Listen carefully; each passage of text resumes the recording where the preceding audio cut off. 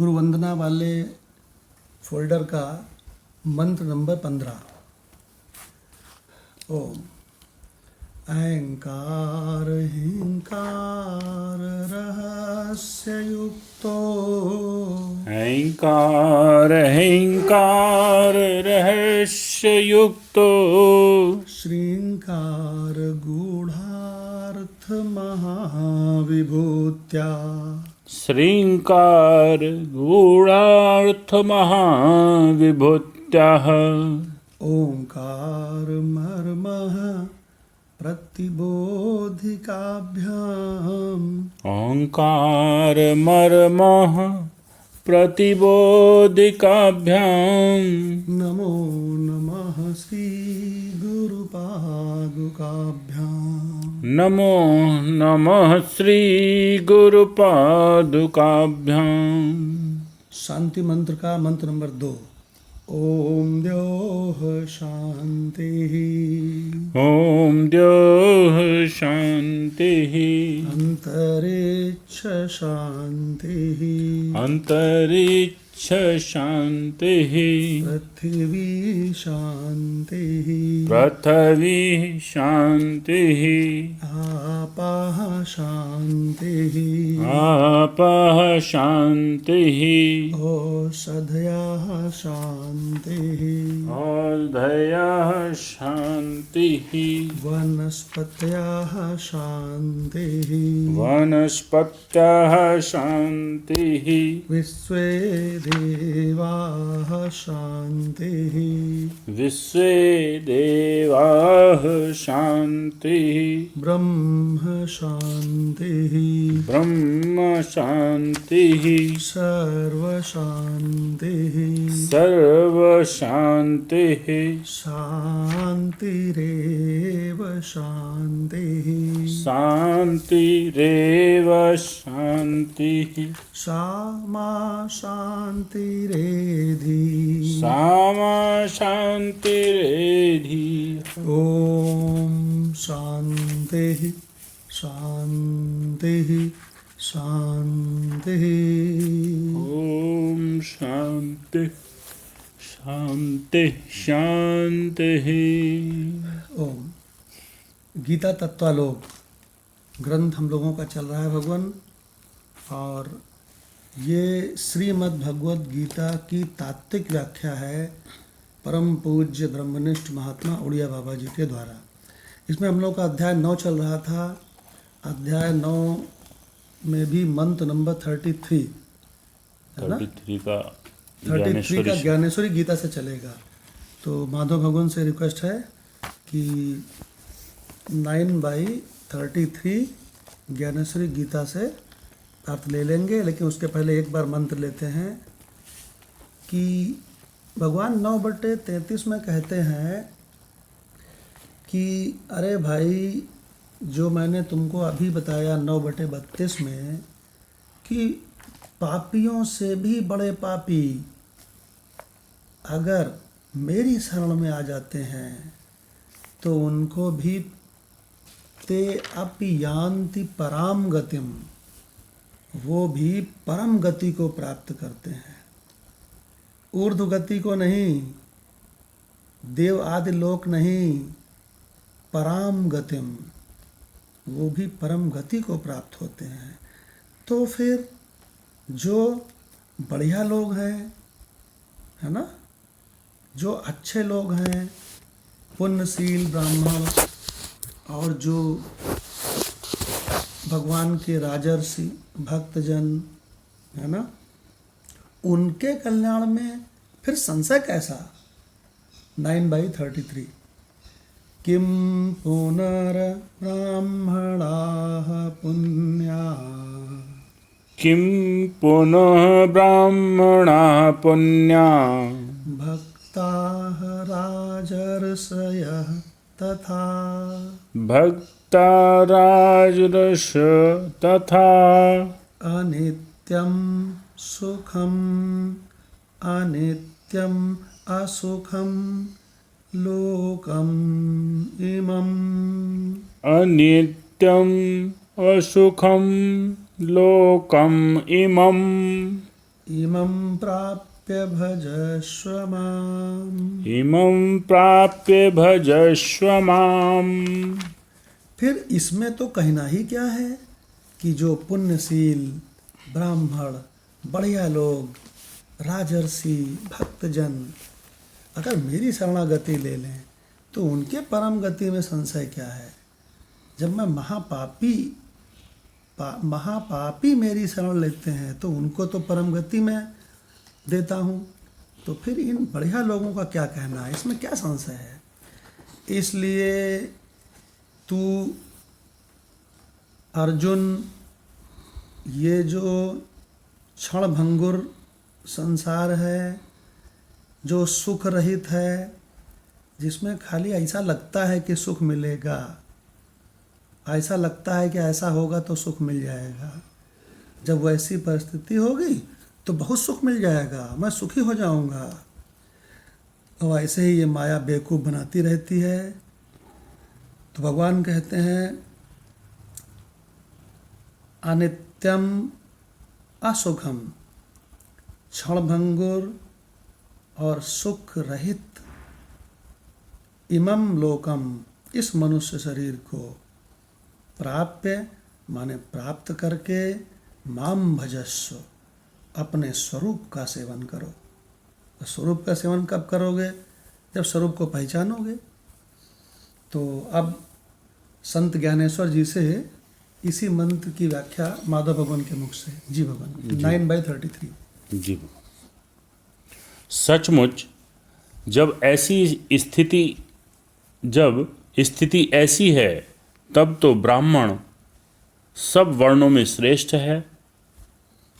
तब जो ब्राह्मण सब वर्णों में श्रेष्ठ है, स्वर्ण जिसकी जागीर है और जो मंत्र विद्या के जन्म स्थान हैं, जो भुसुर हैं, जो तप के मूर्तिमंत अवतार हैं, जिसके योग से तीर्थों का भी भागोदय हो जाता है, जो यज्ञ के आश्रय हैं, जो वेदों के कवच हैं, जिनकी कृपा दृष्टि की गोद में ही बैठकर मंगल भी वृद्धि को प्राप्त होता है, जिनकी आस्था की आर्द्रता से सत्कर्म का विस्तार होता है, जिनके संकल्प से ही सत्य का जीवन बना हुआ है, जिनके आशीर्वाद से अग्नि ने आयुष्य प्राप्त किया है और इसलिए अग्नि के जन्मजात शत्रु समुद्र ने भी बड़वा अग्नि को अपना जल समर्पित करके उसका पोषण किया है, जिनके चरणों की धूली पाने के लिए मैंने स्वयं लक्ष्मी को भी एक ओर हटाकर और बीच में बाधा उत्पन्न करने वाली कौस्तुभ मणि को भी निकालकर अपने हाथों में ले लिया और अपने वक्ष स्थल का पुट उनके चरणों के आगे रख दिया है। और हे अर्जुन, अपने सौभाग्यशाली होने का लक्षण बनाए रखने के लिए मैं अब तक अपने वक्ष स्थल पर जिनके चरण चिन्ह धारण किए रहता हूँ, हे सुभट, जिनकी क्रोध रूपी अग्नि में प्रत्यक्ष रुद्र का निवास है और जिनकी कृपा से अष्ट महासिद्धियाँ अनायास ही और बिना मूल्य के प्राप्त होती हैं, उन परम पूज्य पुण्यवान ब्राह्मणों के संबंध में तो यह कहने की जरूरत ही नहीं है कि मेरे स्वरूप में लीन रहने वाले उन ब्राह्मणों को मेरी प्राप्ति होती है। देखो, चंदन वृक्ष के साथ लगकर जो हवा आती है, उसके संसर्ग से अलग बगल के नीम के पेड़ भी महकने लगते हैं। अरे वाह वाह वाह। और वे जड़ वृक्ष भी देवताओं के सर पर जगह प्राप्त करते हैं। तो भगवान जिसमें जो स्वरूप में लीन है, उनका कितना सुंदर वर्णन किया उन्होंने कि जैसे कि गंगा की कल बात चल रही थी हाँ, कि गंगा जी भी पवित्र महसूस करती हैं यदि कोई ब्रह्मनिष्ठ महात्मा किसी तरह उनको टच कर दे गंगा या को उनके गंगा मैया को भी पवित्रता मिल जाती है। हाँ? उसी तरह का वर्णन कुछ यहाँ पे हो रहा है। आगे लेते हैं। फिर जो साक्षात चंदन ही हो वह भला देवों के सर पर कैसे जगह न पाएगा। अथवा उनके विषय में यह कहने की जरूरत ही क्या है कि देवों के सर पर जगह मिलेगी। ओहो यदि भगवान शिव यह सोचकर अर्ध चंद्रमा अपने सर पर धारण किए रहते हैं कि विषपान करने से उत्पन्न दाहकता चंद्रमा के स्पर्श से शांत हो जाएगी, तो फिर वह चंदन शरीर के समस्त अवयवों में क्यों न लगाया जाए, जिसके दाह समन करने के गुण का साक्षात अनुभव होता है और जो पूर्णता तथा सुगंध में चंद्रमा से भी बढ़कर है। अथवा जिस गंगा का सहारा लेकर मार्ग में बहने वाला जल भी जाकर समुद्र में मिल जाता है, उस गंगा के संबंध में भला यह कब हो सकता है कि समुद्र में जाकर ना मिले। वो मिलेगी ही। ऐसी दशा में जो राज ऋषि और ब्राह्मण निर्मल अंतःकरण से ही अपना शरण्य अर्थात अपना रक्षण का साधन समझते हैं, निसंदेह मैं ही उनके अंतिम शाश्वत सुख का साधन स्थान होता हूँ। क्या बात है। ऐसी स्थिति में उस नौका में व्यक्ति चिंता मुक्त होकर क्यों पड़ा रहे। सैकड़ों छिद्र हो चुके हों, जिस जगह पर शस्त्रों की बौछार हो रही हो, उस जगह पर व्यक्ति अपना बिल्कुल खुला हुआ शरीर लेकर क्यों रहे। जहाँ शरीर पर पत्थर बरस रहे हों, वहाँ वह कैसे संभव है कि व्यक्ति अपनी रक्षा का कोई उपाय न करे। क्या बढ़िया बात है। यहाँ पे भगवान इसी तरह से तो कहानी है, पूरी महाभारत चल रही है हर एक के जीवन में कि चारों तरफ से तीर आ रहे हैं और फिर भी वो अपना रक्षा का उपाय ना करे तो बेवकूफ़ ही होगा। इस तरह की बात है। तो जहाँ शरीर पर पत्थर बरस रहे हों, वहाँ यह कैसे संभव है कि व्यक्ति अपनी रक्षा का कोई उपाय न करे। जब शरीर को रोग घेर लिया हो, तब औषधि के विषय में व्यक्ति कैसे मौन रह सकता है। तब चातुर्दिक आग जनी हो, चारों तरफ से आग लगी हो, बहुत बढ़िया लाइनें लिखते हैं। तब यह कैसे संभव है कि बाहर निकलने का उद्योग ही न किया जाए। क्या बात है। संसार जलती आग है। अच्छा सबको इस अनुभव हो आग रहा है। से जड़ भाग कर। अच्छा सबको अनुभव हो रहा है। लेकिन फिर भी जब मिश्रा जी मिलते हैं चौधरी साहब को, तो कहते हैं क्या हाल चाल है चौधरी साहब। तो चौधरी साहब कहते हैं बहुत बढ़िया हाल चाल है। और जबकि वास्तविकता क्या है कि उनको दुनिया भर की चिंताएं खाए डाल रही, बहुत परेशान है, दुखी हैं। लेकिन अज्ञानी कितना नाटक करता है भाई, क्यों? केवल ज्ञानी ही नाटक करके व्यवहार नहीं करता है। अज्ञानी उसका बाप है नाटक करने में। और जी क्या हाल चाल है? अरे कहते हैं बहुत बढ़िया भाई साहब। अरे कैसे बढ़िया? अभी भगवान क्या कह रहे हैं कि अनित्यम असुखम इमम लोकम। बिल्कुल है। हाँ भगवान। इसी प्रकार हे अर्जुन, संकटापन्न इस मृत्यु लोक में आने पर यह कैसे हो सकता है कि व्यक्ति मेरा भजन न करे। और व्यक्ति में ऐसी कौन सी सामर्थ्य है जिसके भरोसे वह मेरा भजन न करने की ठिठाई कर सके। घर बार इत्यादि में ऐसी कौन कौन सी बात है कौन सी बात है कि उसके सहारे व्यक्ति चिंता मुक्त रह सके। अर्थात कोई ऐसी बात नहीं है यहाँ। लीजिए, घर की सारी पोल पट्टी जानते हैं कि नहीं भगवान? बिल्कुल जानते हैं। कहन मेरे घर में सब बहुत बढ़िया रहता है, हम लोग बहुत आपस में सुखी हैं। अरे सुखी हो कैसे सकते हो? आपने देखा होगा, ऊपर चढ़ के देखा नहीं, तो एक प्रथा है कि हर आदमी एक दूसरे से हालचाल पूछता है। बता, थोड़ी थोड़ी देर में हालचाल क्यों पूछता है? क्योंकि उसको पता है कि कुछ ना कुछ गड़बड़ होने वाली है। यहाँ नहीं, यहाँ कभी भी कुछ भी हो सकता है, होने वाली है, कुछ ना कुछ समस्या आती रहती हैं। हाँ। कहते भाई सब ठीक ठाक है। तो क्या बिना मेरा भजन किए व्यक्ति अपने मन में यह विश्वास कर सकता है कि विद्या और तारुण्य से ही वास्तविक सुख मिल सकता है? जितने विषय भोग हैं वे सब वास्तव में शरीर के स्वस्थ रहने पर ही निर्भर करते हैं, और यह शरीर निरंतर काल के गाल में समाया हुआ है। अरे वाह वाह वाह, क्या बात है। इसी को मैं कह रहे हो तो चिंता तो स्वाभाविक बनेगी।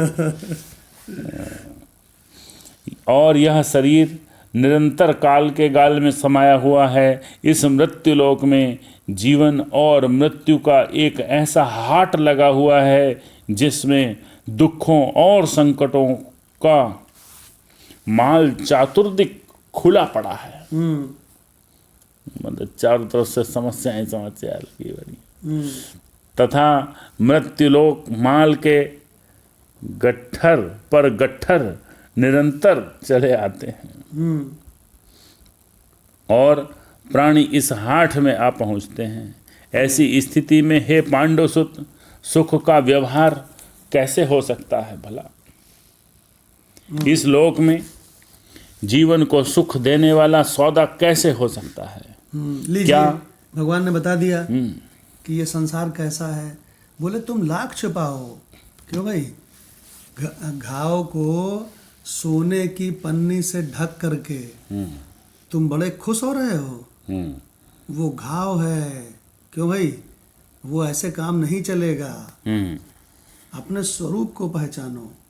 ये विवेकानंद जी की लैंग्वेज है कि जो कहीं पे चोट लगी हो, घाव लगा हो, तो उसको सोने की पन्नी से ढक के मुस्कुरा रहे हो तुम सबको बनावटी। क्या बढ़िया बात है। इस लोक में जीवन को सुख देने वाला सौदा कैसे हो सकता है? नहीं हो सकता। हाँ, क्या राख को फूंक कर कभी दीप को प्रज्वलित किया जा सकता है? उसमें तो आग है ही नहीं।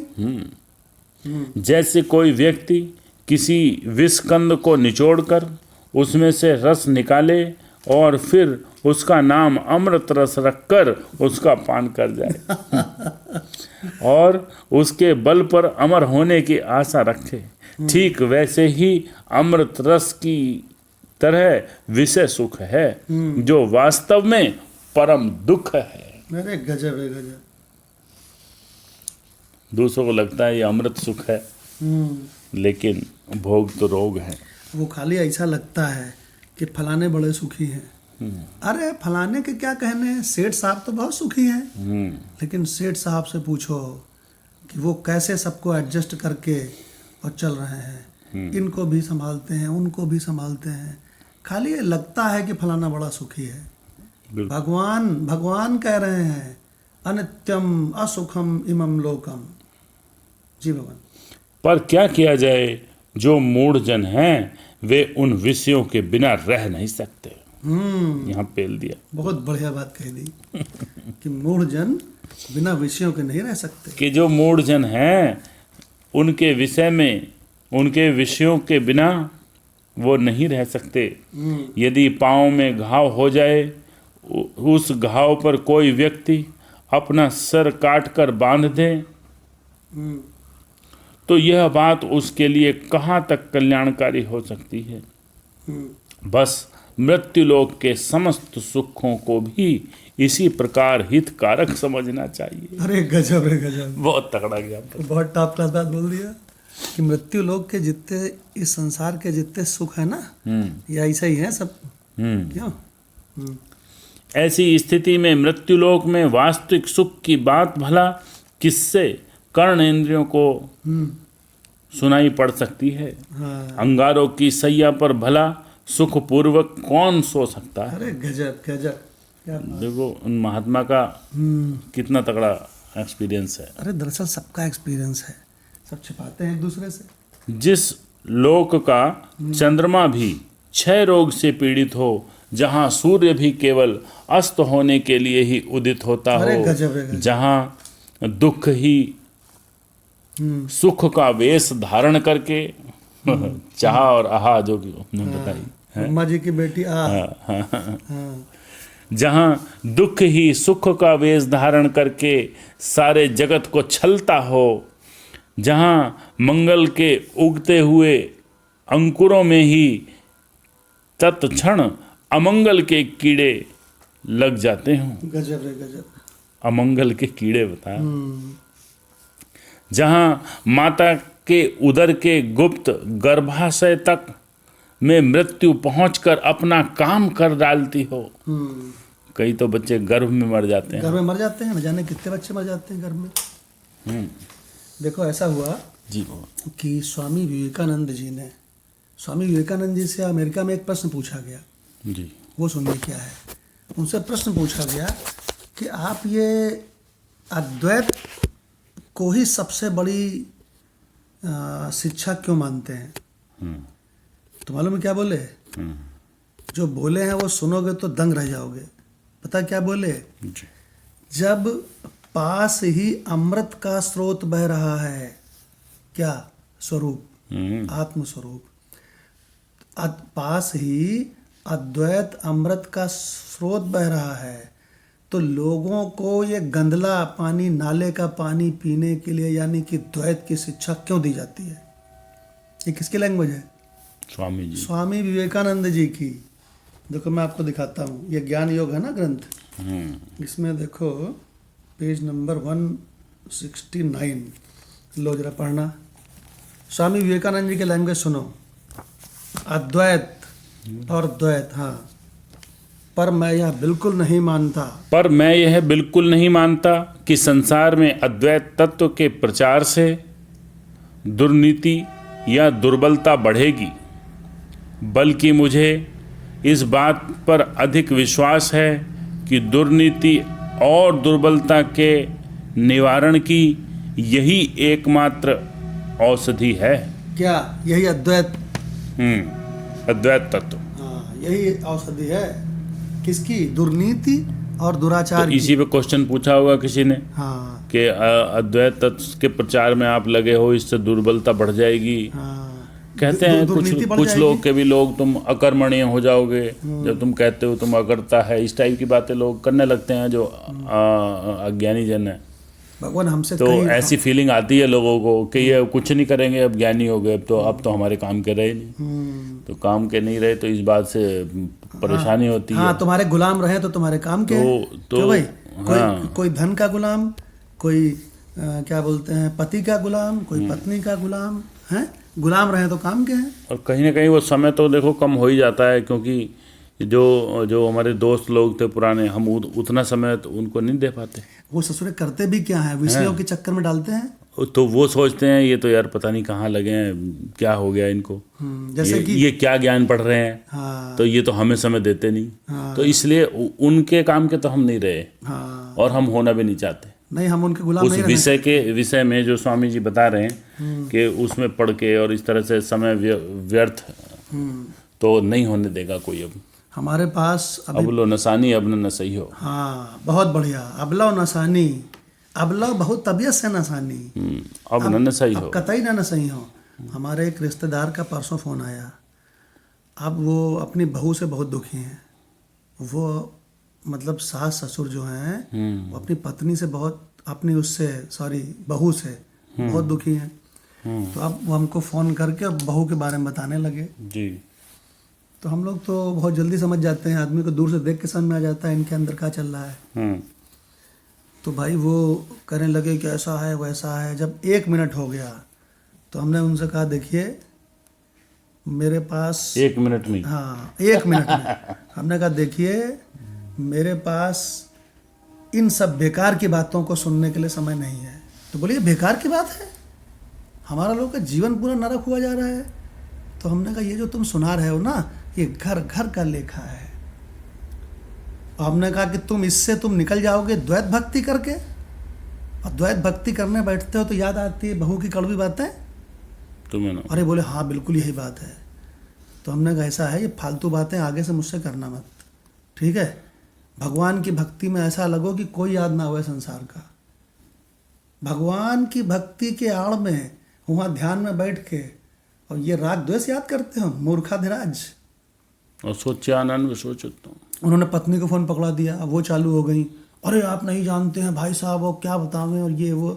तो हमने कहा ऐसा है कि आप लोग अगर ये सब बातें ज़्यादा करोगे तो आपको हम ब्लॉक कर देंगे। वो सोचते हैं उनका फैसले करो। नहीं, हमने कहा ब्लॉक कर देंगे। अब आपको बता रहे हैं मेरे हाथ में गीता है, उनको ब्लॉक कर दिया हमने। अच्छा, हाँ ब्लॉक कर दिया हमने। कहा अरे तुम भगवान ये रिश्ते नातेदार, हमने क्या आपको व्हाट्सएप पे भेजा है, उस पर यूट्यूब पे, हे भगवान मुझे मेरे जान पहचान वालों से बचाओ। सारा जीवन खा जाते हैं राग द्वेष में। समय खा जाते हैं। जो इम्पोर्टेंट चीज़ है हाँ, वो उसको साइड कर देता है आदमी, हाँ। और इन बेकार की चीज़ों में लग जाता है। अच्छा कोई सुलझता भी तो नहीं है कोई मामला। कुछ नहीं सुलझता है। वो थोड़ा सा आप समझा दोगे, थोड़ी समझ आ जाएगी, तो फिर वहीं के वहीं। कुछ नहीं सुलझता है। भगवान मेरा सुलझा है, मेरा पूरा सुलझा है। मालूम क्यों? ना हमें राग से मतलब, ना द्वेष से मतलब। अपने परमात्मा स्वरूप में रहो, परमात्मा स्वरूप में रहो। इसी को कहो, इसी को सुनो, इसी को सुनाओ। हाँ। और आपको एक इसी बता में दें, रहो। जैसे हमको कुछ लोगों ने कहा यार आप ज़्यादा रिलेशन, रिश्ते नाते, दोस्तों, तो हमने कहा देखो हम हैं अद्वैत फ्रिक्वेंसी वाले, हम हैं श्रुति गीता की फ्रिक्वेंसी वाले, तो हम ऐसे ही लोगों के दोस्त बनाएंगे। क्यों भाई? अगर तुम ऐसे हो तो तुम्हारे दोस्त हो, नहीं तो हम एक सेकंड में तुमको त्याग देंगे। भगवान विवेकानंद जी क्या कह रहे हैं कि संसार को तुम द्वैत की शिक्षा दोगे तो यहाँ पे दुर्नीति और दुर्बलता ये दूर हो जाएगी। अरे कभी दूर नहीं होगी। सुनो भगवान, द्वैत अगर दूर हो, निवारण का अगर एकमात्र औषधि है तो वो यही है। यही यदि सत्य है तो लोगों को गंदला पानी पीने क्यों दिया जाए? ये सबको द्वैत सिखाते हैं ना, जब- द्वैत की शिक्षा देते हैं सबको। जब पास हो अमृत स्रोत बह रहा हो, पास ही अमृत स्रोत बह रहा हो, यदि यह सत्य है कि सभी शुद्ध स्वरूप हैं और इसी क्षण सारे संसार को इसकी शिक्षा क्यों न दी जाए? इसकी शिक्षा देने की वो भरपूर वो कर रहे हैं कि शिक्षा पद्धति में डालो। हाँ, कह रहे हैं कि जब यही सत्य है कि तुम शुद्ध, सभी शुद्ध स्वरूप हैं, वही हैं, तो लोगों को गंदला पानी यानी कि द्वैत की शिक्षा क्यों दी जा रही है? द्वैत की शिक्षा भगवान, सुनो हम आपको आज बता रहे हैं, न जाने कितने लोगों ने हमसे इंडिविजुअली फ़ोन करके बोला, किसी ने पर्सनली मिलके बोला कि भगवान पहले हम पराई स्त्रियों को बुरी दृष्टि से कभी कभी हमारा मन देख लेता था, लेकिन भगवान इस अद्वैत वेदांत के वैराग्य को सुनकर, संसार की पोल पट्टी जानकर अब पराई स्त्री के प्रति कभी बुरी निगाह नहीं होती। अरे हमने कहा गजब, हमका समझ में नहीं आ रहा है कि तुम्हारी पीठ ठोके कि अपनी ठोके। क्यों भाई? एक ही है ना। हमने कहा शाबाश, बहुत बढ़िया भाई, अपनी अपने आप ही ठोकनी पड़ेगी। भगवान विवेकानंद जी मालूम क्या कहते हैं? कहते हैं भार्यत्व कामिनी में जो, कामिनी माने कोई पराई स्त्री, उसमें भार्यापना देखता है, भार्या माने पत्नीपना देखता है। अरे बाप रे बाप, वो साक्षात दुर्गा स्वरूपिणी है। क्यों भाई? नारी तो नारायणी है। भगवान कृष्ण अपने जीवन में सबसे ज़्यादा सम्मान किसका करते थे बताओ? नारी का। नारी का। कहते थे कि नारी को सामने देख के मेरा सिर नीचे झुक जाता है कि ये सृष्टि को बनाने वाली ब्रह्मा है। इतने शरीर बने हैं सब नारी ने बनाए हैं। बिल्कुल। तो क्या कहते हैं विवेकानंद जी? भार्यत्व पत्नीपना, भार्यत्व कामिनी में जो देखा करता कामुक बन। वो कोई सत्संगी है ससुरा? वो तो सत्संग के नाम पे कलंक है। भार्यत्व कामिनी में जो देखा करता कामुक बन, वह मुक्त नहीं हो सकता, उसका न छूटता बंधन। राणा भगवान, ये हम लाइनें सुना रहे हैं, कभी सुनी है? कहाँ की लाइनें हैं? भगवान स्वामी जी ने 1000 आइलैंड पे जो है वो ये गीत जो है गाया होगा। हाँ, ज्ञान योग में सन्यासी गीत। स्वामी विवेकानंद जी का सन्यासी का गीत, ये इन्होंने हमारे फोटो में भी है। हाँ, समझ लो भगवान जी। भगवान अब सुनो विवेकानंद जी क्या कह रहे हैं कि द्वैत की शिक्षा से तुम्हारी दुर्नीति दूर हो जाएगी। क्यों भाई? तुम्हारी दुर्बलता दूर हो जाएगी, तुम्हारा भय चिंता दूर हो जाएगी। मूर्ख हो तुम, जब तक तुम अपने स्वरूप को नहीं पहचानोगे तुम्हारा कल्याण कभी नहीं होगा। और क्या लिखा भगवान? जब पास ही अमृत का स्रोत मौजूद है तो लोगों को गंदला पानी की शिक्षा क्यों दी जाती है? अरे बाप रे बाप। हाँ, पढ़ना भगवान। उनकी जो वो घर की समस्याएं हैं जो आपसे डिस्कस कर रहे हैं कल, उनको भी उन समस्याओं से अगर निजात पानी है तो वेदांत में आइए। हाँ, और वेदांत में मालूम क्या नहीं है? वो नहीं आएंगे, वो हमसे कहते हैं आप द्वैत भक्ति करो। तो हमने कहा द्वैत भक्ति बहुत अच्छी चीज़ है, लेकिन द्वैत भक्ति आप करते कहाँ हो? हमने हम कहा कि आपको आपके हाथ में मान लो गीता रखी है, आपको सौगंध है, आप 5 मिनट पूजा करते हो तो पूरा 5 मिनट भगवान में लगे रहते हो कि उसमें संसार याद आता है? अरे बोले वही सब याद आता है। तो हम कहा वही याद आएगा। हम कहा तुम्हारी दरिद्रता बड़ी तगड़ी है, हमारी तुम्हारी दोस्ती ना चली।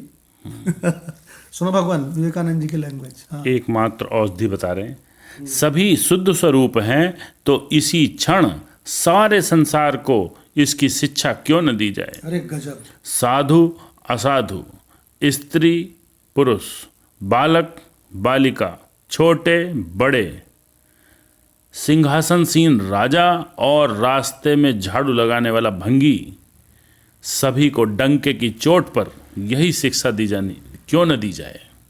ये सुन रहे हो? विवेकानंद जी की बहुत बड़ी फोटो लगाने से काम नहीं बनेगा घर पे। ये देख लो, उनका दर्शन को उतारना पड़ेगा जीवन में। भगवान ये पैरा मालूम कहाँ पे है? सभी के पास ज्ञान योग है, पेज नंबर 169 में 3rd पैरा है। जी भगवान। इसका स्लाइड बनाएगी। स्लाइड बननी चाहिए इसकी। जी भगवान। हाँ भगवान, हमारा तो इतने समय में ये बड़ा ठोस धारणा बनी है, ये जो शिक्षा है ये बचपन में ही बच्चों को देनी चाहिए। करेक्ट। तो जो बच्चों को समस्याएं आती हैं वो जो आगे घिर जाते हैं, आगे वो बहुत बड़ी संसार की गोल लेके, और जब उसके सामने पहाड़ आके खड़ा हो जाता है उस इतने बड़े गोल का, तो वो डिप्रेस महसूस करते हैं। वो सब समस्याएं बच्चों में नहीं आ सकती। जैसे भगवान राम ने बचपन में ये चीज़ पढ़ी गुरु से और पूरे जीवन को ऐसे खर्राटे से जिया, और चीर फाड़ करते हुए रावण आए या कुंभकर्ण आए, पहले सबको काटते मारते चले गए और जीवन में जिया, पुरुषोत्तम कहलाए। अगर ऐसा जीवन जीना है तो वेदांत में आइए और बचपन में आइए। यस, हम ये कहते हैं। यस, यही तो कह रहे हैं। अब हम 40 की उम्र में ये सीख रहे हैं, काश अब वो भी इफ एंड बट करते हैं। काश बचपन में मिल गए होते गुरु। तो ये पूरे जीवन ये वेदांत छाया रहता। भगवान तो विवेकानंद आधा जीवन तो ऐसे ही निकाल दिया हमने। हाँ, माधव भगवान की इतनी सुंदर बातें सुन करके जरा आगे विवेकानंद जी की फिर से लाइन रिपीट कर रहे हैं। ये अद्वैत की शिक्षा किसको देनी चाहिए? कहते हैं साधु को, असाधु को, स्त्री को, पुरुष को, बालक को, बालिका को, छोटे को, बड़े को, सिंहासन आसीन उस राजा को और रास्ते में झाड़ू लगाने वाले भंगी को, सभी को डंके की चोट पर यही अद्वैत शिक्षा क्यों न दी जाए। देखो भगवान, बिल्कुल दी जानी चाहिए। इसकी स्लाइड बननी चाहिए। देखिए इसकी स्लाइड बढ़िया बनवा के यूट्यूब में भेजा जाएगा। यूट्यूब में बहुत बढ़िया मैटर इकट्ठा हो रहा है भगवान। जी भगवान, 200 हो गए। जी भगवान।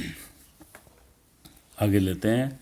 जहाँ माता के उदर के गुप्त गर्भाशय तक मृत्यु पहुंचकर अपना काम कर डालती हो, जहाँ लोगों को निरंतर मिथ्या और असत्य बातों की ही चिंता लगी रहती हो।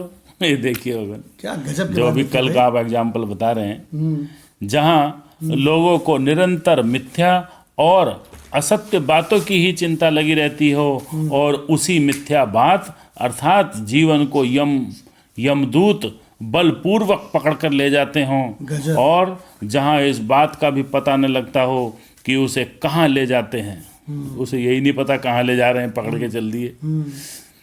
जहां चतुर्दिक भली भांति खोजने पर भी कहीं से निकलने का कोई रास्ता दृष्टिगोचर न होता हो, अरे गजब। जहां सिर्फ पुराणों और मृतकों की ही बातें होती हों, जहां ब्रह्मा की तरह आयुष्य रखने वाला व्यक्ति भी वस्तु मात्र की अनित्यता का चिरकाल तक वर्णन करने पर भी उसका पूरा पूरा वर्णन न कर सकता अरे हो। गजब, ब्रह्मा को लपेट लिया। ये तो मालूम है कि ब्रह्मा ये की, न करते। जब ब्रह्मा की भी लिमिटेड उम्र है, विष्णु की, महेश की, अरे तुम उसका पता लगाओ, क्यों, जो एजलेस है, जो सबका अधिष्ठान है, और तुम अपने आप को कमजोर समझते हो। तुम कमजोर नहीं हो, तुम तो इतने जबरदस्त हो कि अपने स्वरूप का इशारा भी पा जाओ ना, तो तुम्हारे बराबर निर्भय, तुम्हारे बराबर निश्चिंत, तुम्हारे बराबर क्या कहते हैं तृप्त कोई हो नहीं सकता। हाँ, वस्तु मात्र की अनित्यता का चिरकाल तक वर्णन करने पर भी उसका पूरा पूरा वर्णन न कर सकता हो। जिस लोक की ऐसी अनित्य स्थिति हो जिस लोक की ऐसी अनित्य स्थिति हो, उस लोक में जन्म लेकर जीव यदि चिंता मुक्त रहे तो यह बात कितनी आश्चर्यजनक और हास्यास्पद है अरे गजब, बहुत कि बढ़िया। तुम्हें चिंता नहीं होती इससे निकलने की, इस चक्रव्यूह से, इस भव चक्र से बाहर आने की। हमको बहुत कहते हैं सारे, मतलब बहुत अविचारशील हो। हमको सतीश जी हमको बहुत लोगों ने ये कोशिश की कि हम अद्वैत वेदांत को छोड़ दें, तो हमने कहा काहे को छोड़ दें, हम कहा तुमको क्यों ना छोड़ दें, हम कहा अद्वैत वेदांत को छोड़ दें। हमने कहा तुम कृष्ण की पूजा करते हो, कृष्ण अद्वैत वेदांत के गीत गा रहे हैं। तुम राम की पूजा करते हो, राम अद्वैत वेदांत में स्थित हैं। तुम ब्रह्मा विष्णु, तुम विष्णु की पूजा करते हो, विष्णु किसका ध्यान करता है, हमको वो चीज़ का पता लग गया, और तुम हमको पट्टी पढ़ा रहे हो तेरी ऐसी की तैसी। जबकि हमने ये भी कहा कि हो सकता है तुम्हारे पक्ष में एक करोड़ वोट हो, हमारे पक्ष में एको वोट ना हो, लेकिन फिर भी मैं जानता हूँ कि तुम 1 करोड़ महामूर्ख और गधे हो। भगवान जिसको उपनिषद मिल गई हो, जिसको गीता मिल गई हो, क्यों उसको संसारी आदमी पट्टी पढ़ा दे, अरे तेरी ऐसी की तैसी। वोट तो कभी नहीं मिल सकते इनको ना, पूरे वोट इसको नहीं मिल सकते। भगवान कभी मत सोचना इसमें भीड़ आएगी, ये भीड़ वाली विद्या नहीं है। भीड़ वाली विद्या वो है द्वैत वाली। वोट को देखना बेमानी है इसमें। हाँ। जब ये अज्ञानियों का जगत है 100%, और गुरु भगवान कहते थे 100% ये यहाँ पे अज्ञानी लोग घूम रहे हैं। अज्ञानियों का जगत है। हमारा मन चकराया, मैंने भैया हमारे गुरु भगवान भी तो हैं और हम भी बैठे हैं जो लोग वेदांत में लगे हैं, तो ऐसा कैसे बोल दिया। तो हमारे चेहरे को पढ़ लिया गुरु भगवान ने कि इसको समझ नहीं आई।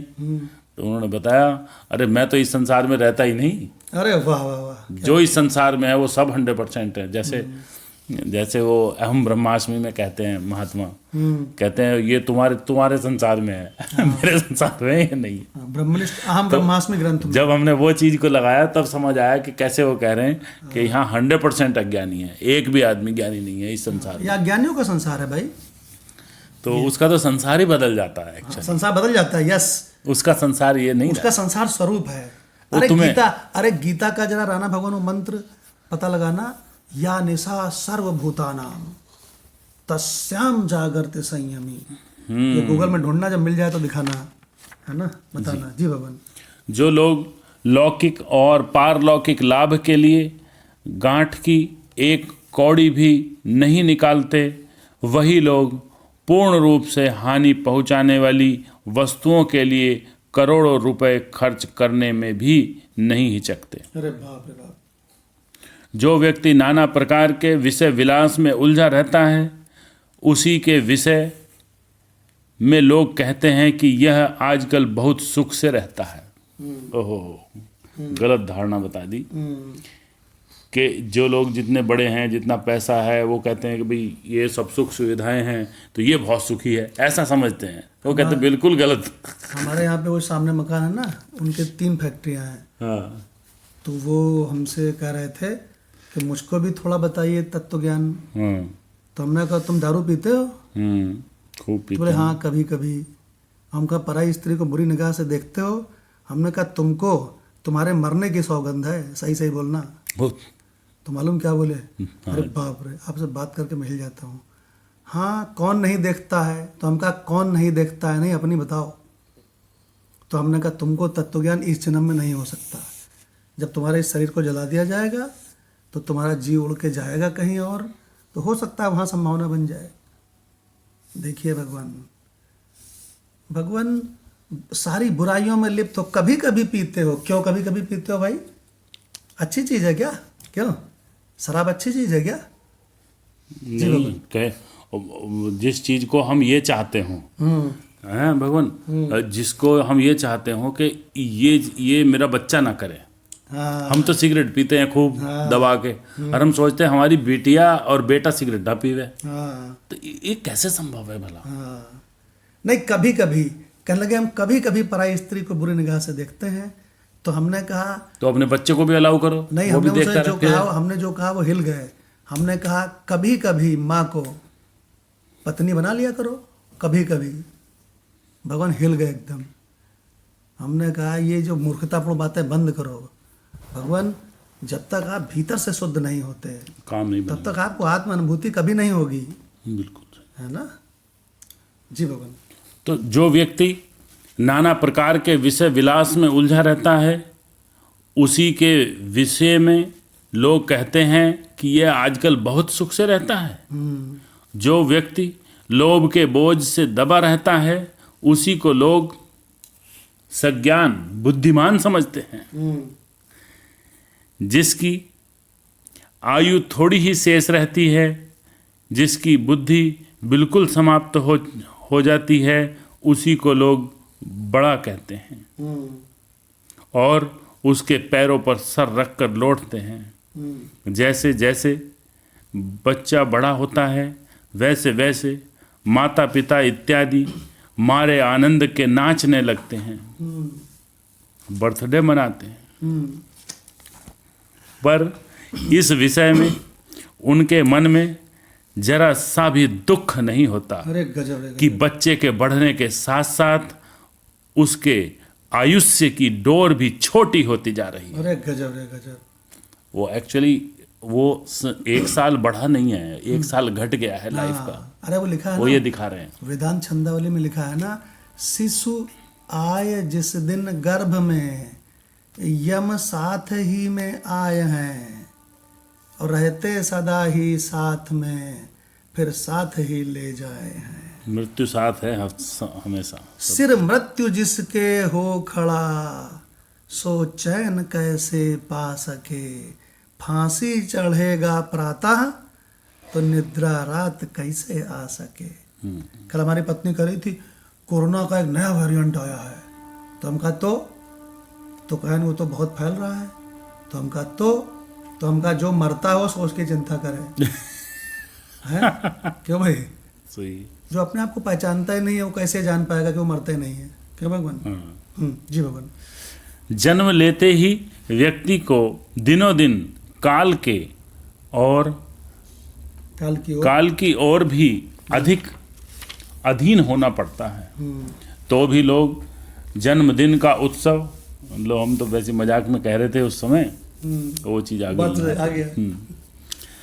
जो भी लोग जन्मदिन का उत्सव बड़े धूमधाम से मनाते हैं और आनंद की ध्वजा भी फहराते हैं, लोगों को श्रवण इंद्रियों में मरण का शब्द भी भला नहीं सुनाई पड़ता, और जिस समय किसी की मृत्यु हो जाती है उस समय लोग चारों जोर जोर से चिल्लाने लगते हैं, परंतु वे लोग अपनी मूढ़ता के वशीभूत होने के कारण कभी इस बात का विचार भी नहीं करते कि स्वयं हमारी ही आयु दिनों दिन क्षीण होती जा रही है, कि समय खत्म होता जा रहा है। तुम्हारे पास जो ये शुभ घड़ी मिली है तो इसको वेस्ट होते देख रहे हो, तो अपना काम बना लो।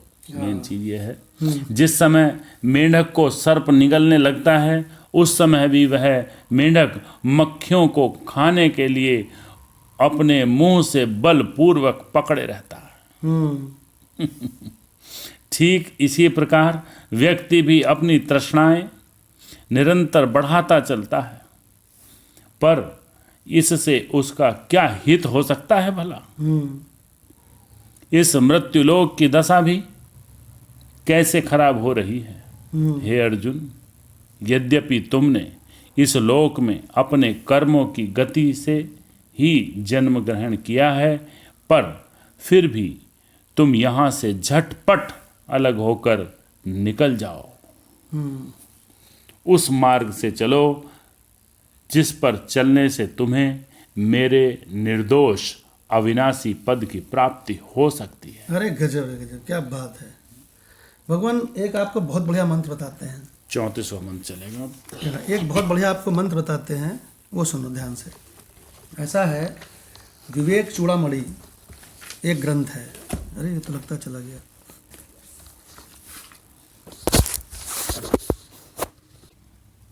तो भगवान एक बहुत बढ़िया आपको मंत्र बताते हैं आज। इस मंत्र को आप कहीं लिख लेना अपने पास।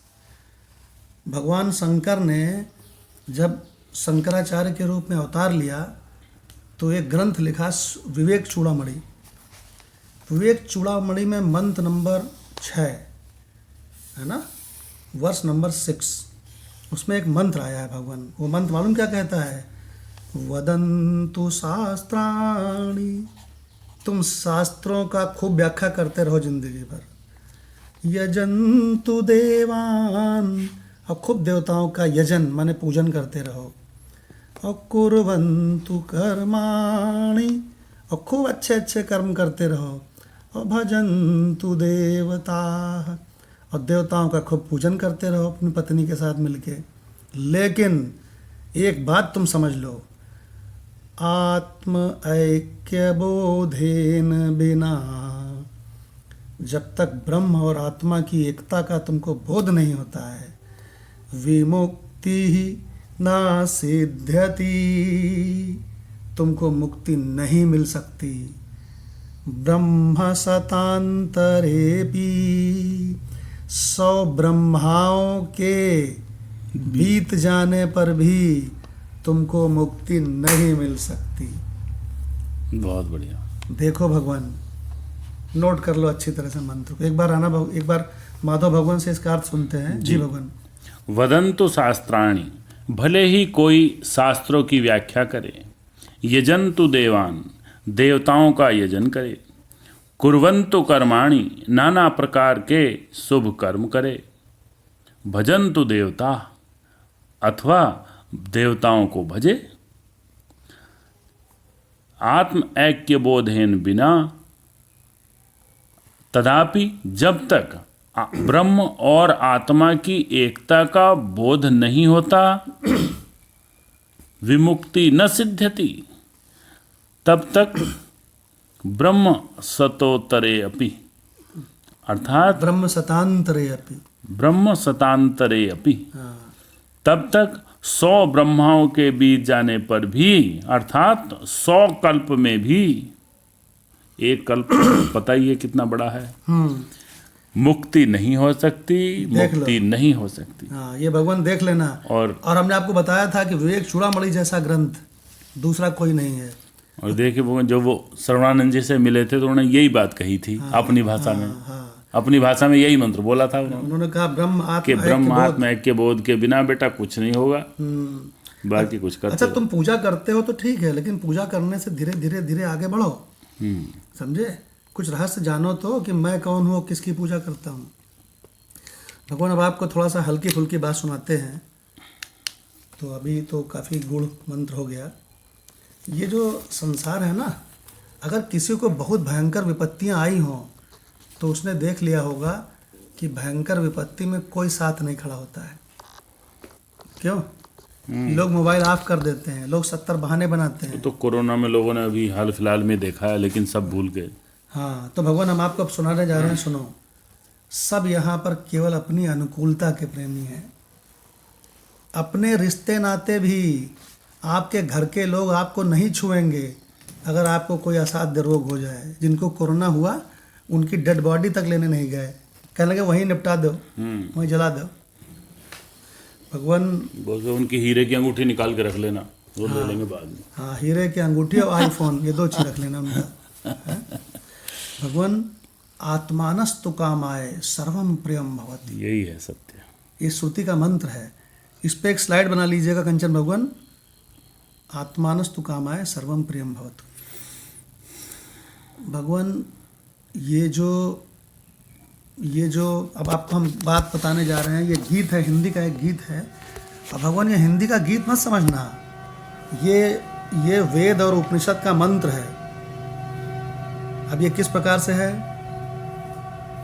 सुख के सब साथी दुख में न कोई, आत्मानस्तु कामाय सर्वम प्रियम भवतु, यही तो लिखा हुआ है। सुख के सब साथी दुख में न कोई। अब आगे क्या कहते हैं? मेरे राम एक तू ही साचा दूजा न को। आपको मालूम है दूसरा कोई साचा नहीं है। अब आगे सुनो असली बात तो अब आने वाली है। भगवान हमने बताया कि ये उपनिषद है, समझो। जीवन आनी जानी छाया, क्या है जीवन? आनी जानी छाया। छाया, जीवन आनी जानी छाया, झूठी माया झूठी काया, फिर काहे को सारी उमरिया पाप की गठरी ढोई। यहाँ इस संसार में सुख के सब साथी दुख में न को। देखिए भगवान आगे ऐसा मत समझ लेना पूरा का पूरा गीत ही गजब है ये। आगे क्या कहते हैं? ना कुछ तेरा ना कुछ मेरा, ये जग जोगी वाला फेरा, राजा हो या रंक सभी का, अंत एक सा होई। सुख के सब साथी दुख में न को। आगे देखिए, बाहर की तू माटी फाके, इसी संसार में सुख ढूंढता रहता है मूर्खों की तरह, और यहाँ तू कभी सुखी नहीं हो सकता। बाहर की तू माटी फाके, मन के भी भीतर स्वरूप है। मन के भीतर क्यों ना जाके, उजले तन पर मान किया और मन की मैल न धोई। सुख के सब साथी दुख में न को। देखो भगवान, ये दिलीप कुमार ने फिल्माया है और बहुत ही गजब का गीत है भगवान। एक एक लाइन बिल्कुल वेदांत है जी भगवान। अब हम लोग भगवत गीता में लौटते हैं। मंत्र प्रारंभ होने जा रहा है 9वें अध्याय का अंतिम मंत्र जी, 9/34। 9/34 माधव भगवान के साथ पढ़ेंगे, फिर कंचन भगवान से गीता तत्वालोक का अर्थ सुनेंगे। मन मना भव मद भक्तो, मन मना भव मद भक्तो, मद्याजी माम नमस्कुरु, मद्याजी माम नमस्कुरु, माम एव एष्यसि युक्त्वा, माम एव एष्यसि युक्त्वा, मत्वा एवं आत्मानं मत्परायणः। एवं आत्मानं मत्परायणः। इसलिए अर्जुन, जब पापी से पापी को भी मैं परम गति देता हूँ, तो इसलिए अर्जुन तू माम की शरण में आ। माम माने 5.5 फुट आकार रूपी कृष्ण की नहीं, तो भाई स्वरूप स्वरूप की शरण में आओ। जी भगवान। अर्थ अर्जुन को अपनी शरण होने के लिए कहकर असंग रहित शरणागति के स्वरूप का निरूपण। बहुत बढ़िया हेडिंग है। मुझ में मन वाला हो, मेरा भक्त बन, मेरा पूजन करने वाला हो, मुझको प्रणाम कर। क्या बात। मुझको अर्थात स्वरूप को एवं इस प्रकार आत्मा को मुझ में नियुक्त करके मेरे परायण होकर तू मुझको ही प्राप्त होगा। क्या बात है भगवान। कुछ ऐसा ही है कि मतलब जो वो मई मन आदत है कि मन को मेरे में लगा, बुद्धि को मेरे में लगा, यहाँ इन्वेस्टमेंट कर। हाँ, बोले और तो कहीं फिर लगाएगा, फिर क्या होगा? और कहीं लगाएगा तो थोड़े समय में ऊब के लौट ही आएगा। हाँ, है ना। तो भगवान कंचन भगवान से सुनते हैं 9/34 का गीता तत्वालोक। जी जी प्रणाम भगवान। जी प्रणाम भगवान। बाबा जी कह रहे हैं भावार्थ में कि मुझ में मन लगाओ, मेरे भक्त हो, मेरा भजन करो और मुझे नमस्कार करो। इस प्रकार मेरे परायण हुए मुझ में युक्त होकर मुझे ही प्राप्त हो जाओगे।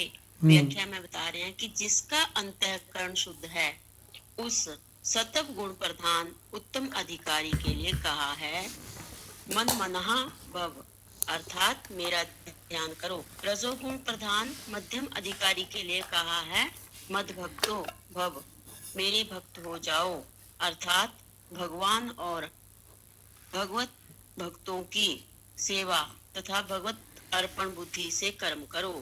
कनिष्ठ अधिकारी के लिए कहा है मध्याजी भव, अर्थात मेरे लिए यज्ञ आदि निष्काम कर्म करो। और चौथे जो कनिष्ठ अधिकारी हैं के लिए कहते हैं माम नमस्कुरु, अर्थात नाम जप करते हुए भक्ति पूर्वक मुझे नमस्कार करो। 4 वर्ण हैं, ब्राह्मण, क्षत्रिय, वैश्य और शूद्र। 4 ही आश्रम हैं, संन्यास, वानप्रस्थ, गृहस्थ और ब्रह्मचर्य। 4 ही युग हैं, सतयुग, त्रेता, द्वापर और कलयुग। तथा 4 ही साधन हैं, ध्यान, भक्ति, यज्ञ और जप। भगवान सबको यथाधिकार साधन करने के लिए कह रहे हैं। वे ब्राह्मण के लिए ध्यान, क्षत्रिय के लिए यज्ञ आदि कर्म, वैश्य के लिए भक्ति और शूद्र बोल रहे हैं कि वे ब्राह्मण के लिए ध्यान, क्षत्रिय के लिए यज्ञ आदि कर्म, वैश्य के लिए भक्ति और शूद्र के लिए जप बतला रहे हैं। अथवा सन्यासी के लिए ध्यान, वानप्रस्थ के लिए भक्ति, गृहस्थ के लिए यज्ञ आदि कर्म और ब्रह्मचारी के लिए जप समझना चाहिए। इसी प्रकार सतयुग में ध्यान, त्रेता में यज्ञ, द्वापर में पूजन और कलयुग में जप एवं कीर्तन की प्रधानता है। गीता में 4 साधन बताए हैं, सकाम कर्म, सकाम उपासना, निष्काम कर्म और निष्काम उपासना। जब तक स्त्री पुत्र आदि की कामना हो, सकाम कर्म और सकाम उपासना करें, और जब शांति की इच्छा हो तब निष्काम कर्म और निष्काम उपासना करें। इन्हीं के द्वारा क्रमशः ज्ञान और प्रेम की प्राप्ति होकर परम पद की प्राप्ति हो जाएगी। जी भगवान। अभी सतेंद्र सर ने अपना ये ऑन किया था माइक, कुछ कहना चाह रहे थे। जी प्रणाम भगवान जी। अच्छा, इससे मन मना और मद भक्तों से मिलता जुलता एक मंत्र और भी है, मयि एव मन आदस्व मयि बुद्धि निवेश है, निवससि मयि एव अत ऊर्ध्वने संशय। हाँ भगवान, बिल्कुल यही तो वो मंत्र है जो आप बता रहे हैं, यही वो मंत्र है जो उड़िया बाबा का सबसे प्रिय मंत्र है। बहुत सही कहा आपने, बिल्कुल। ये 12/8 है ये। हाँ, 12/8 है, बिल्कुल सही गीता कह रहे हैं। तत्वालोक में सबसे पहले लिखा। गीता तत्वालोक में सबसे पहले लिखा है उड़िया बाबा ने कि तुम अपने मन और बुद्धि का इन्वेस्टमेंट कहाँ करते हो गुरु? बोले संसार में करते हैं। तो उन्होंने कहा तुम पूरी जिंदगी में कभी तृप्त नहीं होगे। 12/8 देखिए भगवान। तो ये जो सतेंद्र सर ने मंत्र बताया ये तो बेस्ट मंत्र है खैर ये गीता का। अब भगवान यहाँ पर जो बात चल रही है इसमें पेज नंबर 307, अगर आपके पास अपना गीता तत्वालोक हो तो भगवान इसको लिख लेना टॉप। ये बहुत टॉप क्लास पैरा है। इसमें भगवान ने कहा कि नंबर 1 मन मना भव, ये तो कहा है तत्वज्ञानी के लिए, सबसे टॉप क्लास के लिए। नंबर 2 मद भक्तो, ये कहा है उससे नीचे वाले के लिए। और मद्याजी ये और नीचे वाले के लिए। और माम नमस्कुरु ये सबसे नीचे वाले के लिए। तुम कौन से लेवल के हो? देखिए तो ये जो पैरा है 307, इस पे देखो क्या कहा गया है राणा भगवान। ये चारों बता दो किसके किसके लिए कहा गया है। सबसे टॉप क्लास वाले को भगवान कहते हैं मन मना भव। और जो जो जो सत्वगुण प्रधान है उसके लिए तो कहते हैं तुम मेरे स्वरूप में ही रहा करो गुरु, तुम तो सबसे टॉप क्लास हो। और उससे नीचे वाले के लिए जो रजोगुण प्रधान है तो कहते हैं मत भक्त हो, तुम मेरे भक्त हो जाओ। क्यों भाई? और उसके भी नीचे जो अधिकारी है तो कहते हैं तुम एक काम किया करो, तुम हाँ भगवान चारों को सुनो राणा भगवान से। जी भगवान, बहुत बढ़िया पैरा है भगवान, गजब। जी भगवान, चारों प्रकार, मतलब जो इस विद्या के अधिकारी हैं 4 कैटेगरी कर दी, उत्तम, मध्यम, कनिष्ठ और कनिष्ठतर। कि भाई जिसका अंतःकरण शुद्ध है और जो सत्व गुण प्रधान है यानी कि उत्तम अधिकारी है, उसके लिए कहा स्वामी जी ने मन मना भाव, अर्थात मेरा ध्यान करो। और जो मध्यम अधिकारी है, रजोगुण प्रधान है, उसके लिए बाबा जी ने कहा कि मद भक्तो भव, मेरे भक्त हो जाओ। अर्थात भगवान और भगवत भक्तों की सेवा तथा भगवत अर्पण बुद्धि से कर्म करो। और तीसरा अधिकारी जो कनिष्ठ अधिकारी है उसके लिए कहा कि मद्याजी भव, अर्थात मेरे लिए यज्ञ आदि निष्काम कर्म करो, यज्ञ आदि निष्काम कर्म करो। और चौथा अधिकारी जो कनिष्ठतर है उसके लिए कहा कि भाई माम नमस्कुरु, अर्थात नाम जप करते हुए भक्ति पूर्वक मुझे नमस्कार करो, मेरा नमन करो, जाप करो। बहुत बढ़िया विकास जी। ये जो पेज है ना 307, इसको पेस्ट पेज इसकी फ़ोटो कॉपी करा के अपने उसी फाइल में लगा लीजिएगा। देखो इसी पेज में एक और रहस्य आ गया है, नीचे सबसे नीचे वाले पैरा में। गीता में 4 साधन बताए गए हैं, एक सकाम कर्म, एक सकाम उपासना, एक निष्काम कर्म, एक निष्काम उपासना। तो कहते हैं जब तक स्त्री पुत्र आदि की कामना होए तब तक तुम सकाम कर्म और सकाम उपासना करो। क्यों भाई? और जब शांति की इच्छा होए इसका मतलब वहाँ अशांति मिलने वाली है। यस यस, वहाँ पे अशांति मिलने वाली है। हाँ। जब तक आपको स्त्री पुत्र पति है ना, गृहस्थी गृहस्थ इसकी कामना होए, मतलब अशांति की कामना होए, तब तक सकाम कर्म और सकाम उपासना तुम करो। लेकिन जब तुमको शांति की इच्छा होए तब तुम निष्काम कर्म और निष्काम उपासना करो। तो बोले निष्काम कर्म निष्काम उपासना से क्या होगा स्वामी जी? तो कहते हैं इन्हीं के द्वारा तुमको क्रमशः फिर ज्ञान और प्रेम की प्राप्ति होकर परम पद की प्राप्ति हो जाएगी। गजब। क्या गजब का पैरा है भगवान। और अब आपको ये भी बता दें कि परिवार माने क्या होता है। माधव भगवान से पूछते हैं परिवार शब्द का संधि विच्छेद बताओ भगवान। परिवार परि माने चारों ओर, वार माने पता ही है कि भाई प्रहार। तो जहाँ चारों ओर से प्रहार होते हैं वो जीव घिर जाता हो महाभारत में, उसे परिवार कहते हैं। उसे परिवार कहते हैं। और उससे पार निकलने के लिए उस पारावार के तरफ चलना पड़ेगा, स्वरूप की ओर चलना पड़ेगा, परमात्मा की ओर।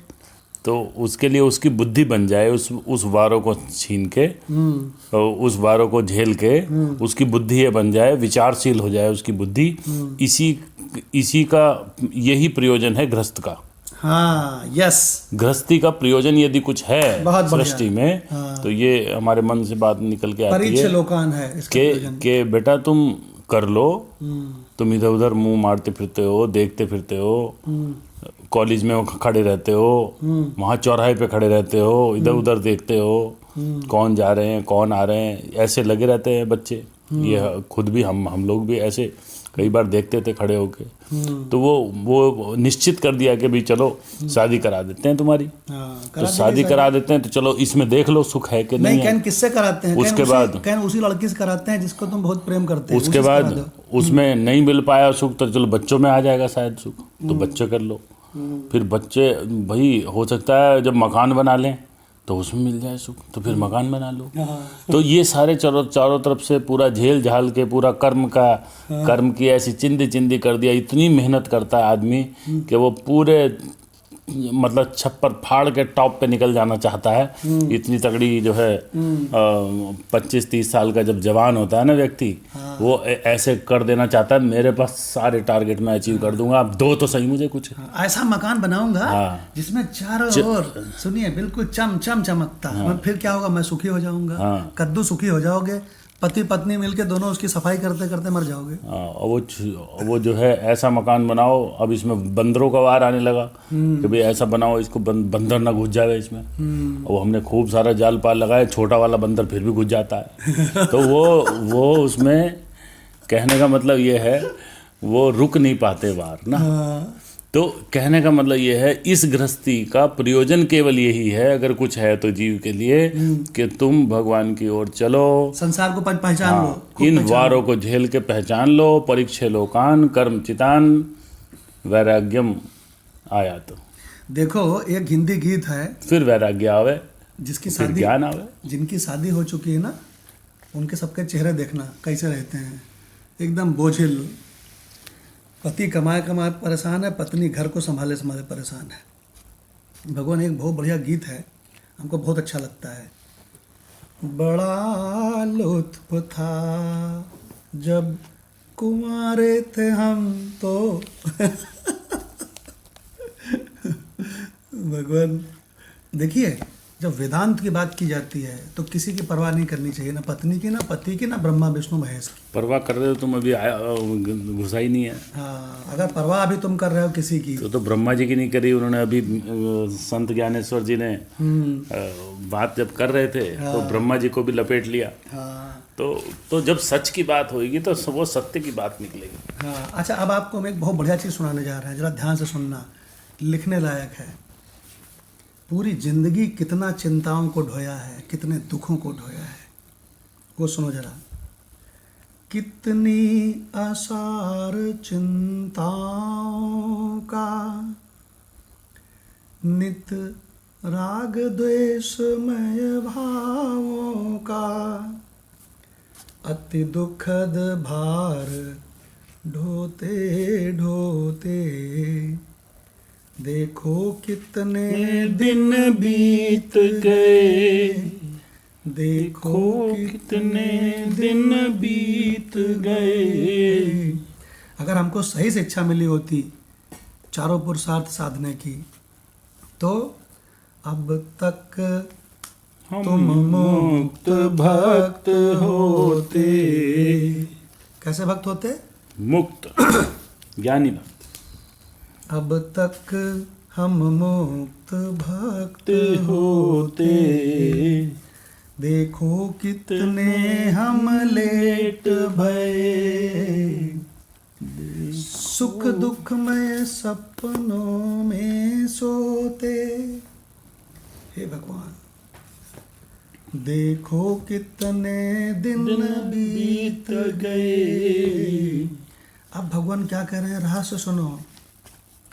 यदि ज्ञान कर्म के साथ न हो, कर्म तो करो लेकिन वो कर्म सब तुम्हारे ही खाते में चढ़ता चला जा रहा है, तुम्हारा बंधन बनाता चला जा रहा है। और अगर ज्ञान उसके साथ में हो तो बंधन नहीं बनावेगा। क्या आप लोग जानते हैं कि कर्म योग, भगवान ने गीता में एक कर्म योग बताया है, एक ज्ञान योग बताया है। क्या आप लोग जानते हैं कि कर्म योग अज्ञानी के लिए बताया है? क्यों मतलब भगवान कर्म योगी को मैं करता हूँ इसलिए मैं अच्छे अच्छे पुण्य काम करूँ, ये भ्रांति हो रहती है कि नहीं? बिल्कुल बनी रहती है पूरी। भगवान बहुत अच्छी तरह समझ लो, कर्म योग भगवान ने बताया ही इसीलिए है कि तुम अपने आप को पहचानते नहीं हो। तुम सोचते हो कि मैं शरीर हूँ, मैं कर्म करके बड़ा अपना काम बना लूँगा। तो भगवान कहते हैं अच्छा तो कर्म योग सीखो। और भगवान राणा भगवान से पूछते हैं, कर्म योगी कि कर्म किए जा फल की इच्छा मत कर रहे इंसान, ये कर्म योगी जो है राणा भगवान, क्या उसको ये बोध है, ये ज्ञान है कि मैं करता नहीं हूँ? बताओ भगवान। नहीं भगवान, अगर ये ज्ञान हो जाता तो फिर वो कर्म योगी रहता ही नहीं। अरे गजब आत्मा करता हम इति मन्यते। गजब, क्या बात है राणा भगवान। देखो, हमसे किसी ने कहा भगवान ने गीता में एक कर्म योग और ज्ञान योग, दो योग क्यों बताए हैं? तो हम कहा एक तुम्हारे लिए एक मेरे लिए। तो अपने आप को शरीर समझते हो तो तुमको कर्म योग बता दिया, तुम करो करो करो, मरो थको। देखो भगवान, और जो ज्ञान योग है उसमें भगवान वो कहते हैं ऐसी के तैसी में गया ये कर्म योग। क्यों भाई, कर्म योग प्राइमरी पढ़ाई है गीता की, देखिए। और ज्ञान योग ये भगवान पीएचडी की पढ़ाई है, जिसमें सतंदर सर ने 3/27 बताया था, मैं करता हूँ मैं करता हूँ। कर्मयोग का प्रयोजन है कि भी अंतःकरण शुद्ध हो जाए और विक्षेप खत्म हो जाए। वाह, केवल ये इसका कर्मयोग का है। और जब ये काम बन गया तो फिर अगली क्लास में आना। हाँ क्या बात है भगवान। तो भगवान 2 मिनट के लिए हम लोग अपने अनंत स्वरूप में बैठेंगे, उस चैतन्य आत्म स्वरूप में बैठेंगे जिसमें ये सारा झूठा जगत प्रतीत होता है फिर मिला जाता है, फिर प्रतीत होता है फिर मिला जाता है, लेकिन मैं अनंत आत्मा ज्यों कहते हूँ। 2 मिनट के लिए बैठेंगे, फिर सत्संग समाप्त होगा।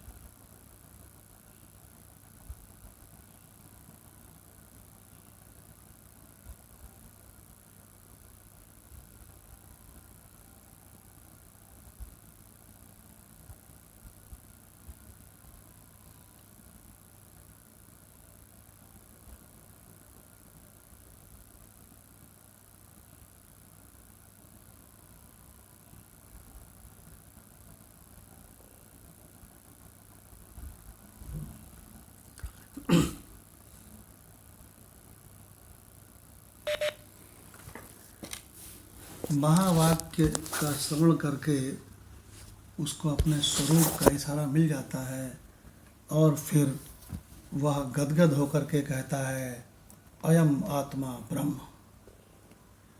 ओम शांति शांति शांति। प्रणाम भगवान। प्रणाम भगवान। प्रणाम अंगद भगवान। प्रणाम मदनलाल भगवान। भगवान। प्रणाम